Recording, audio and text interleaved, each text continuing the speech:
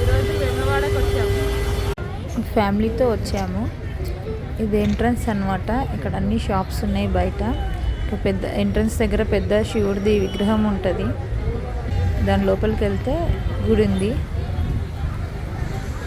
ఇండియాకి రాగానే వేములవాడలో రాజన్న దర్శనం చేసుకున్నాము.